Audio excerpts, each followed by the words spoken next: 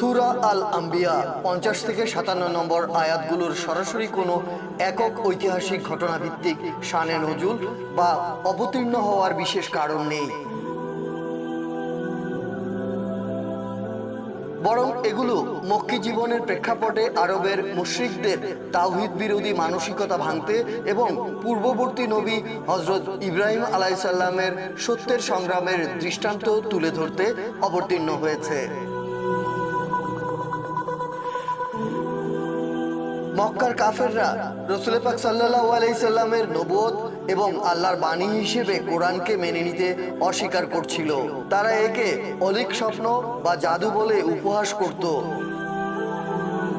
আল্লাহ তাআলা পূর্ববর্তী কিতাব তাওরাত ও ইনজিলের সত্যতার ধারাবাহিকতায় কোরআনকে এক মহান নিয়ামত হিসেবে উল্লেখ করে কাফেরদের এই জেদের জবাব দিতে সূরা আল আম্বিয়ার 50 নম্বর আয়াতটি অবতীর্ণ করেন। 51 থেকে 57 নম্বর আয়াতগুলোতে আল্লাহ তাআলা মুসলিম ও আরবের মুশরিকদের আদি পিতা হযরত ইব্রাহিম আলাইহিস সালামের একটি ঐতিহাসিক ঘটনা তুলে ধরেছেন। মক্কার কুরাইশরা ইব্রাহিম আলাইহিস সালামকে সম্মান করলেও তাঁর তাওহীদি আদর্শ ভুলে মূর্তি পূজায় লিপ্ত হয়েছিল। তাদের এই স্ববিরোধিতা ও অন্ধ অনুকরণের দাঁত ভাঙা জবাব দিতেই এই ইতিহাস বর্ণনা করা হয়েছে।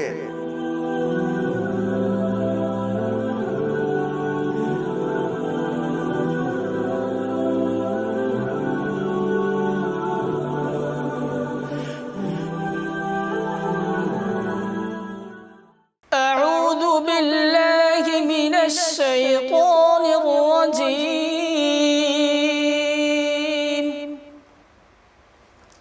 بسم الله الرحمن الرحيم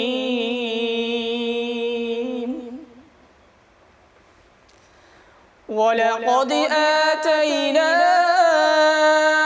إبراهيم رشده من قبل وكنا به عالمين إذ قال لأبيه وقومه ما هذه التماثيل التي أنتم لها عاكفون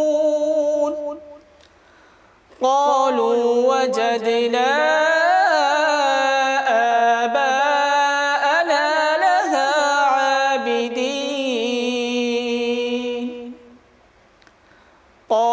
لقد كنتم أنتم وآباؤكم في ضلال مبين قالوا أجئتنا بالحق أم أنت من اللاعبين قال بل ربكم رب السماوات والأرض الذي فطرهن وأنا على ذلكم من الشاهدين وتالله لأكيدن أصنامكم بعد أن تولوا مدبرين